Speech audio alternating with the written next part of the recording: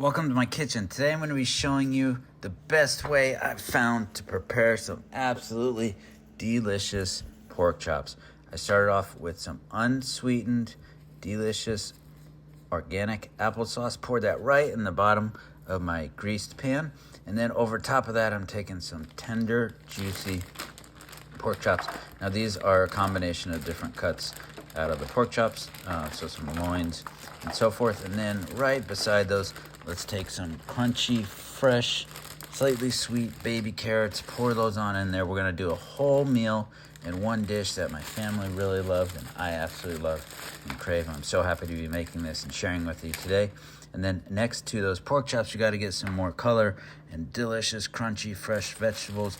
So some green beans right on in there, and I made sure to go ahead and clean those. Now I leave the stems on too. I like a little bit of fiber, but of course, if you want to take the extra time to cut off the stems, go ahead.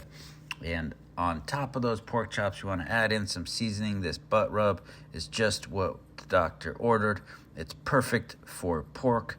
It's made kind of for pork chops too, so it adds a little bit of spice, some delicious flavor. And then let's bring that applesauce back in, because that is just a classic taste, is applesauce with pork chops.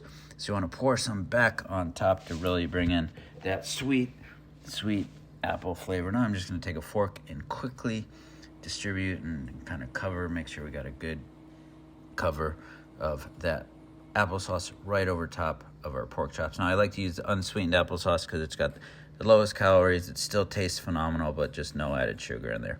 And then some actual apples as well, because I absolutely love delicious red apples. That flavor is phenomenal. Lots of vitamins. Like they say, an apple a day keeps the doctor away. Let's go ahead and take those pieces, and we're just going to cover on top of our pork chops. So as this bakes, those apples are going to soften up, and that flavor is just going to seep right down into that meat. It's going to be so phenomenal and taste so good. This is one the family, the kids really love. It's a great way to get them to eat their protein because it has that sweetness from the fruit in there as well. And now let's take some cinnamon. What goes better with a little bit of apples than cinnamon? I don't think there's anything really. So I want to cover that cinnamon on top of the apples, and I even put it on the carrots because those carrots with a little bit of cinnamon on there taste phenomenal too. If you've never tried it, you're gonna absolutely love it. You gotta give it a try though. So now let's bring in some onions on top of those green beans. That's gonna add some delicious onion flavoring and aroma into this, and then some mushrooms right on top of those onions too. This is going to make such an awesome vegetable combination over there on that side of the pan, baking right next to those pork chops. What a phenomenal flavor combination. I think you're gonna really enjoy this, and it's got so many great things going for it.